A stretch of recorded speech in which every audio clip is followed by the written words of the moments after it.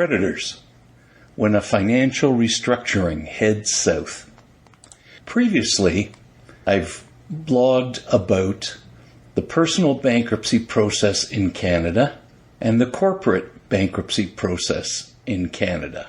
I also wrote about the three types of bankruptcies in Canada. From the first two, the personal bankruptcy process and the corporate bankruptcy process, that was from the perspective of a person or a company filing an assignment in bankruptcy. I also wrote about a person or company being pushed into bankruptcy by one or more creditors through a bankruptcy application and a bankruptcy order. Today's blog is to talk about the third type of bankruptcy, and that's a deemed assignment in bankruptcy, most commonly associated with when a financial restructuring under the Bankruptcy and Insolvency Act heads south. So that is what I'm going to be talking about, the deemed assignment in bankruptcy. Now in Canada, very large corporate restructurings are done under the Companies Creditors Arrangement Act. A person or a company of any size can also restructure under the Bankruptcy and Insolvency Act, or commonly known as the BIA. This blog is about restructuring under the BIA to illustrate the third way a person or company can go bankrupt through a deemed assignment in bankruptcy. So, the reason people or companies would file for a financial restructuring is to get a time out from its creditors taking action against them trying to collect on debts. People who owe $250,000 or more and companies who have too much debt need a timeout to formulate a plan for settling their debt. If a person owes less than $250,000, then there's a different provision of the BIA available, but that ultimately does not end up in being a deemed assignment in bankruptcy, and that's really the topic of this blog. So the BIA has a financial restructuring section. The debtor needing a timeout can either file their restructuring proposal straight away or first buy some extra time by filing a notice of intention to make a proposal. If a debtor first files a notice of intention to make a proposal, within 10 days after that, they need to file a cash flow statement in the prescribed form, plus related extra documents. Unless the time period is extended by the court, the restructuring proposal must be filed within 30 days after the filing of the notice of intention to make a proposal. When a debtor files the actual restructuring proposal, a cash flow statement has to be filed with it as well, be it an original one if the debtor goes straight away to filing the proposal, or an updated one if they first filed the NOI. Once filed, the trustee must notify the creditors of the filing of a notice of intention to make a proposal and the restructuring proposal. The trustee must call a meeting of creditors within 21 days of the filing of the restructuring proposal. The creditors get to vote to approve or not approve the restructuring proposal.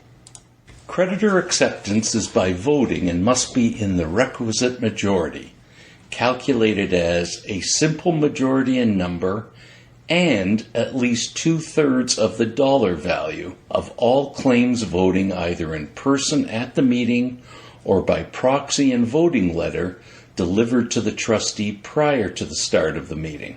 After creditor acceptance, the trustee must get the restructuring proposal approved by the court. For the court approval process, the court considers if the restructuring proposal are the terms of the restructuring proposal fair and calculated to benefit the general body of creditors? Did the trustee properly follow all required procedural steps, including properly holding and counting the voting by the creditors? As long as the answers to these questions are yes, and the restructuring proposal took the interests of all stakeholders into account, then the court will approve the restructuring proposal.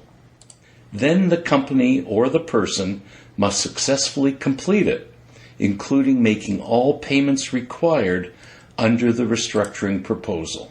How can a restructuring proposal fail or head south?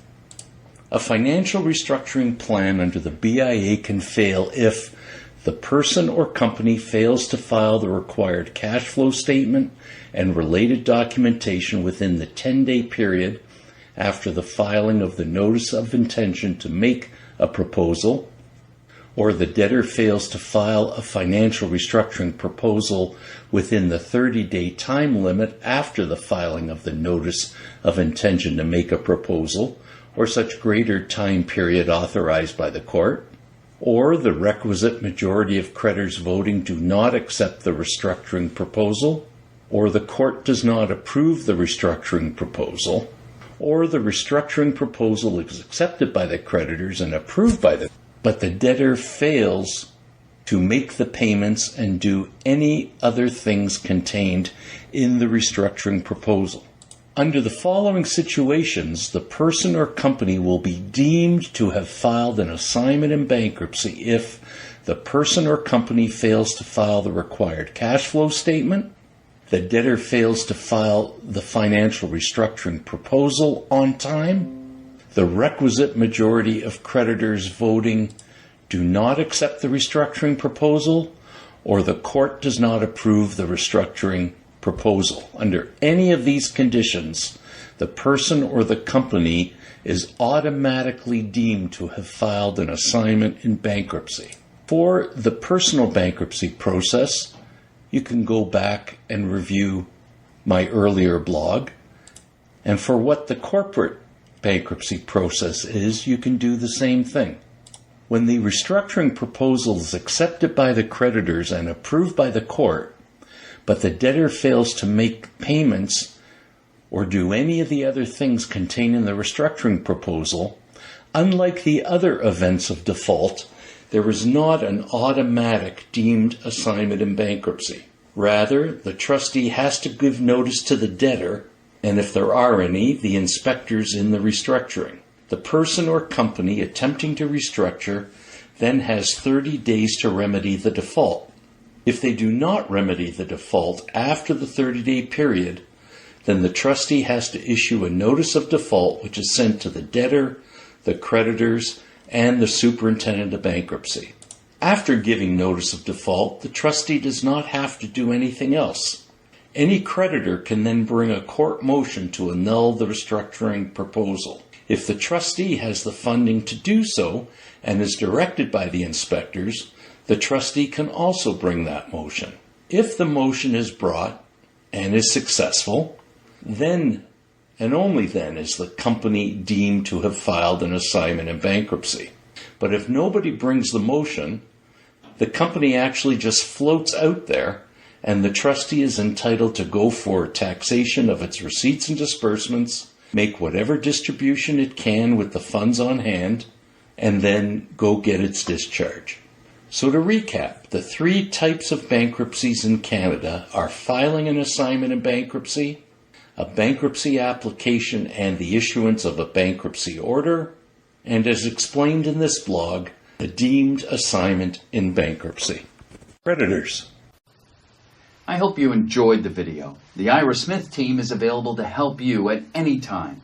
We offer sound advice and a solid plan for starting over, starting now, so that you'll be well on your way to a debt-free life in no time. For more information on a no-cost basis, please visit our website or call us. Our website and telephone details are coming right up now. Oh.